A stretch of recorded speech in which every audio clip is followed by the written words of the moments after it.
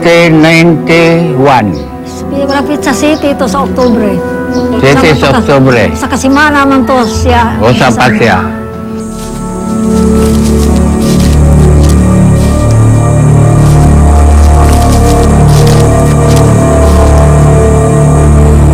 Tay, ito na pala. Ano po? Lat, ano itong nababalitaan namin? Nanguhuli daw kayo ng illegal loggers. Delikado yun ah. Anak, nag-aalala kami ng mama mo para sa'yo. Mainit daw mga pare ngayon. Baka mamaya kung anong gawin nila sa'yo.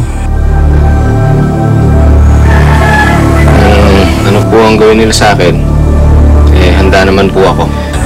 Tumahimik ka nga dyan. Ano ang pinagsasabi mo? Mas mabuti po na sundin natin ang kagustuhan ng Panginoon kaysa ang kagustuhan ng ibang tao. Sa huli, ito naman po ay kagustuhan ng Diyos. Upation ko andam naman ko. Kalya, taka mo nakagyaw-yaw. Di man na mamatay ta nga pagbuot sa Ginoo, dili pagbuot anang kuan sa Ginoo ora maghapon nagbuot ana. Ano na mong katapos ang istorya.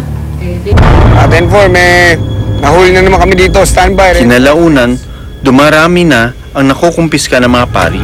Bossing, kailangan po namin kumpiska. I remember niya, yan ang huli yata, no? So kami lang, parang 4 o 5 kami. Oh, so nagpunta kami sa yung site. Pagkatapos nakita namin doon yung truck na puno ng mga kahoy. May isang medyo bata pa, no? May dala siyang 38, nakita ko rin, no? Pero hindi naman siya lumaban, no? So tumakbo na lang siya. Iniwan nila yung truck. Iniwan. So yun ang parang huli naming na confiscate. Hanggang isang araw, nakatanggap ng mensahe ang sekretarya ng simbahan. Atol ato September 23, dunay nag-adto sa balay ato nga namukaw sa ako mga alas 5 sa buntag. Sino sila? Huwag mong papuntahin si Father Neri sa tour sa Tambagan. Bakit naman? May nag-aabang sa kanya. Papatayin siya. Then yung gisulti sa ako nga, ayaw ipatunga si Father Neri sa tour sa Tambagan, kay kibali fiesta to siya sa San Miguel.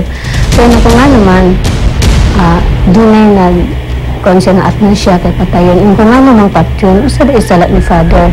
Bakit naman papatayin? Anong kasalanan ni Father? Saka sino ka naman? Hindi na kailangan malaman mo pa kung sino ako. Ang importante, kakausapin mo si Father. Sige na.